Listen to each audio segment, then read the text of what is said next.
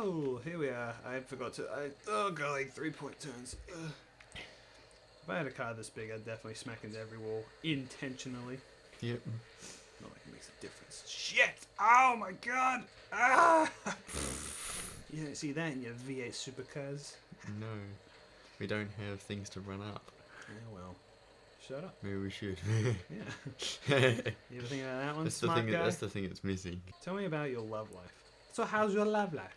Oh no, how's your sex life? That's how it is. It's, What's that from? The Room. You watched The Room, didn't you? Yeah. Years ago. I had Yeah, Jesus Christ. You only need to see it once. I had a birthday party. I don't remember what age. You probably would know more than I would. But it must have been 14 or something. Yeah, because and we all watched The Room together. I'm getting this vibe that you don't really get what we're doing here. Let me learn you real quick. See, my brother and I were born into a cage. Dad told us it was for our own good, that the rest of the universe was full of bandits that would tear us apart. And when we finally got free, it turned out he was right. Bandits as far as the eye could see. Bandits were the biggest untapped resource in the galaxy. There are billions of them across the Borderlands. Human wreckage left over from She said it. the She said the name. They're broken, but we make them feel special. So they fight for us and die for us. Because they finally have a place where they belong. A family. My family. The universe is theirs. As long as they obey. She's a bit handsome Jackie, and all that they attempt to kind of make her, sort of taunt you arrogant. and talk at you throughout the game. Yeah. The Gruntilda syndrome, as Jontron put it. Good way to make the antagonist more, more of a presence, I suppose, which I think is a very clever thing to do. Yeah, I suppose like you get a little bit of that sort of thing in Legend of Zelda Skyward Sword, where the bad guy always shows up at the boss fights and he talks to you a little bit. Him. Yeah, that guy. Oh yeah, that guy. Oh yeah, we gotta fight all these men. All right, tell me about your stupid gay love life. My gay love Yeah. Very, very unsuccessful gay love life. Oh, this is unsuccessful Due straight to love life as well. Yeah. Sorry. These are very nasty jokes. No, it's just that this is the first year that I've been able to talk to girls properly and not... I don't know. Maybe there's just been more opportunities this year.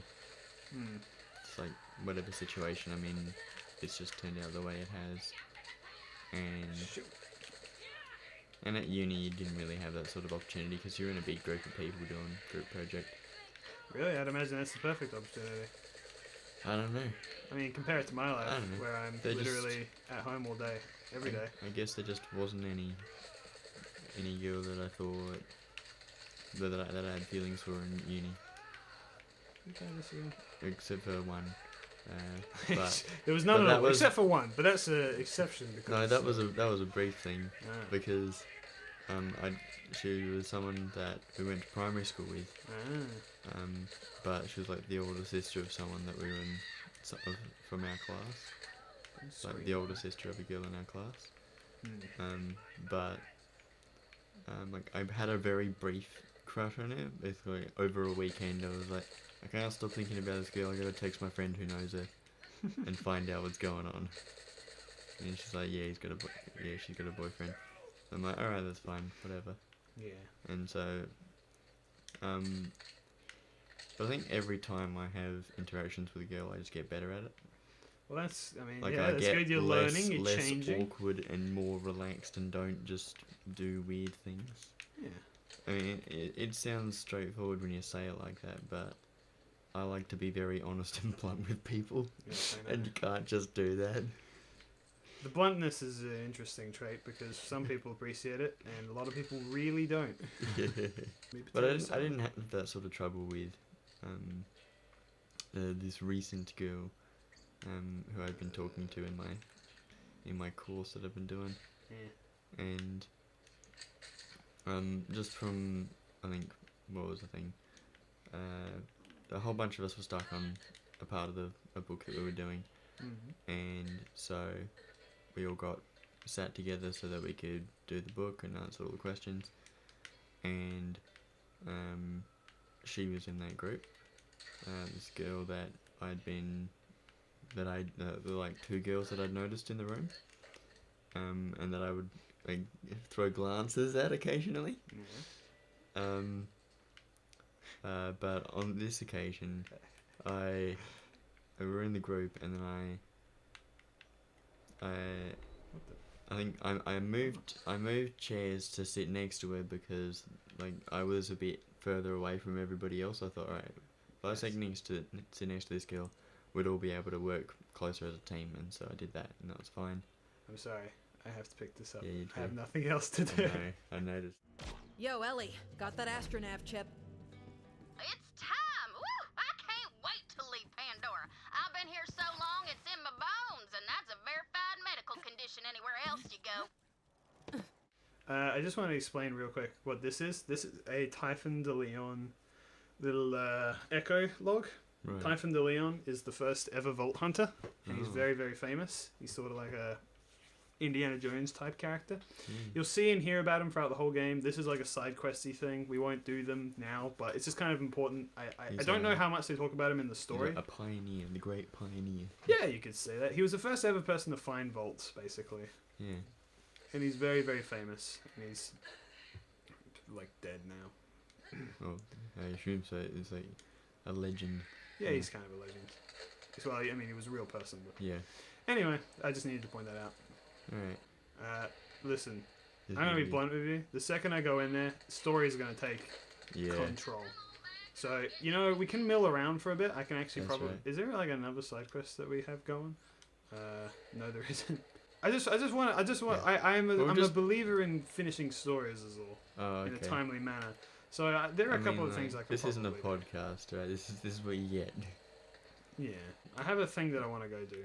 So The you can do that. long story short, I've been talking to this girl for, I think I worked out it was something like 6 days total, right? Mm. But she would come down, sit next to me, and because I'm chatty, I like to talk to anyone, and I had a particular interest in talking to her and learning about her.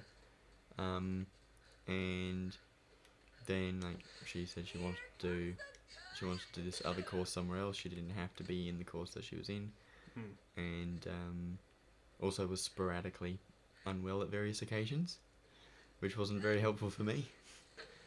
And then kind of disappeared. Yeah. And so just sort of turned out that I spoke to someone who had spoken to her before, and we get along fine, so I told him about the crush that I had on this girl, and he said, she had a boyfriend, right? I'm like, she never ever mentioned one.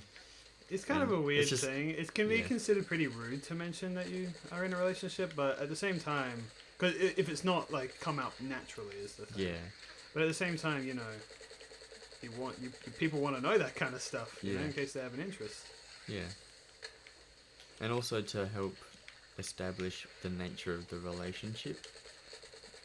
Is that, especially if it's a boy-girl relationship, you want to kind of set boundaries. Yeah. It's one of the things where it's like, do you say right off the bat and come off as rude, like, hey, I just so you know, I'm in a relationship?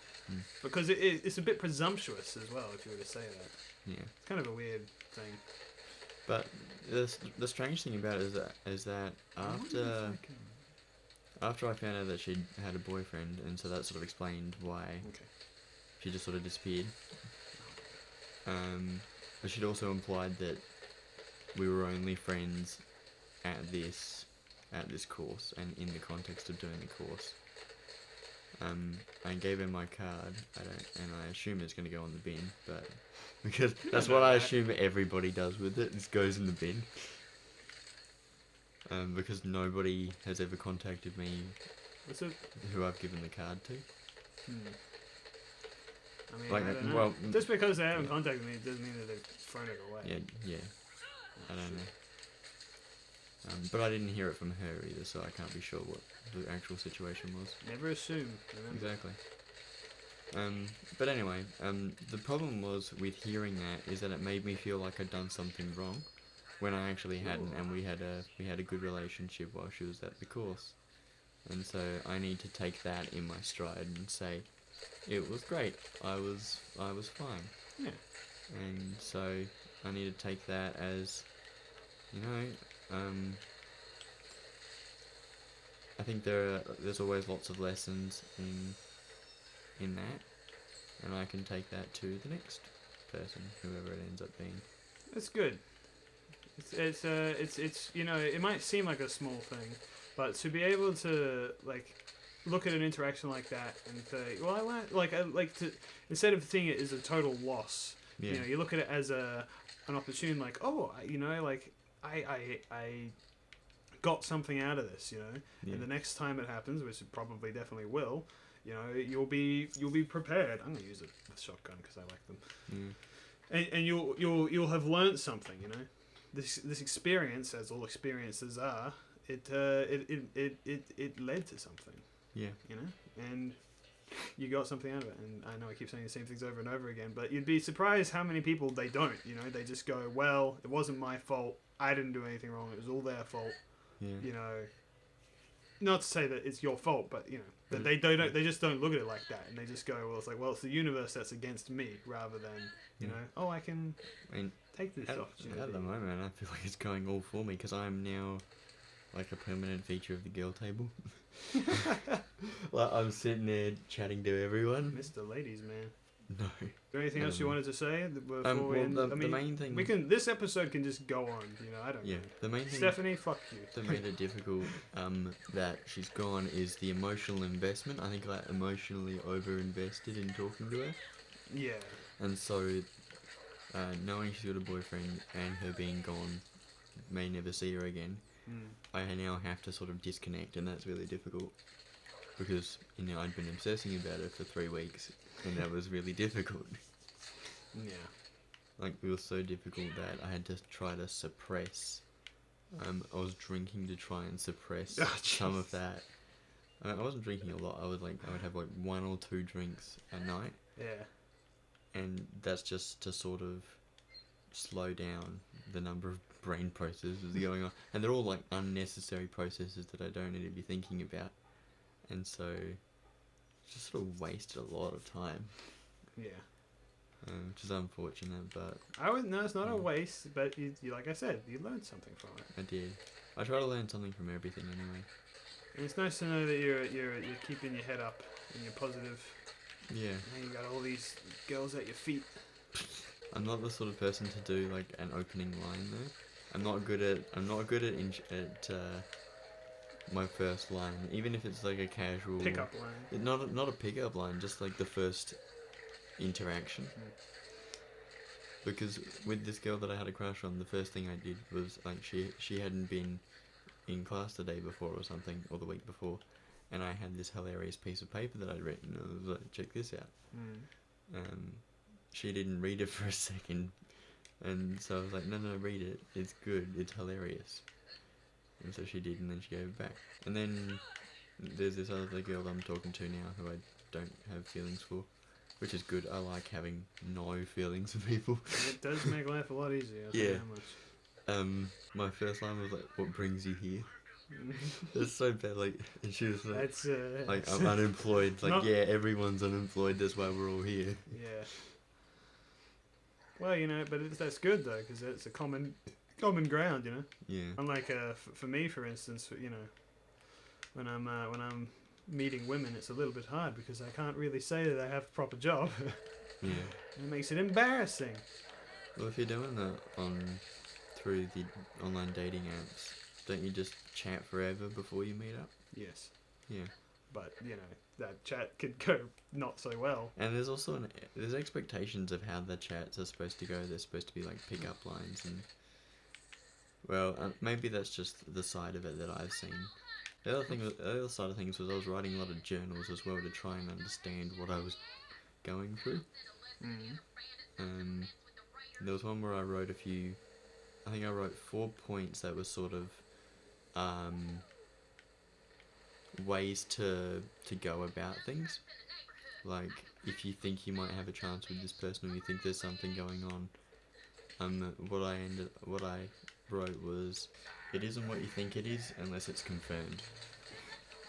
And that's like That's so you don't worry about what it might be or what you think the other person's feeling. You just gotta wait for that confirmation.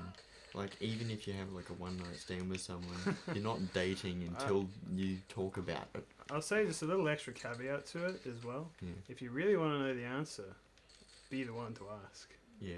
That's another extra thing. Waiting for it forever might just, end up in you never getting anywhere because you're waiting for an answer that might never come.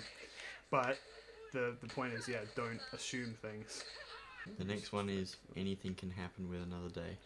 Yeah, that's a good one. So you don't just be like, Every day this is it, nothing's gonna change, because a whole day changes a lot. Yeah. Especially if it's really early on, you're still learning huge amounts about the person. And that goes with any relationship, whatever the intentions you might have behind it. And the next one is, a good relationship comes from both sides wanting to talk to one another. If you find someone with whom you connect in this way, then suggest further contact. Like, if you get along really well with someone, there was someone at uni that I got along really well with, and I think I had this mentality where I was like, oops, I don't want any more guy friends. That was my attitude, and now I'm just like, I need to get over that because that's a stupid attitude. There's lots of interesting people in the world, and you might only be like, if you enjoy talking to someone and there might not be any further contact beyond whatever stage you're at, like your course is ending or whatever, and you get along well, just say, hey, here's my card, let me know about Formula 1 or whatever. You want to chat about that? Yeah. Something like that. And then the last point is something that I learned a few years ago. Is everybody's weird, and that's why communication is difficult to get right sometimes. That's a good one. I like that. Like every time you think, I'm the weird one. Yeah, everybody's got a little thing, and everybody thinks everyone else is weird. No, everyone thinks that normal. they're the weird ones. That they're the weird one, and everyone else is normal. Yeah. That's not true. And communication often is really difficult to do, which is why you have to just keep on going at it to try and work out whatever it is you're trying to. And also be patient with other people.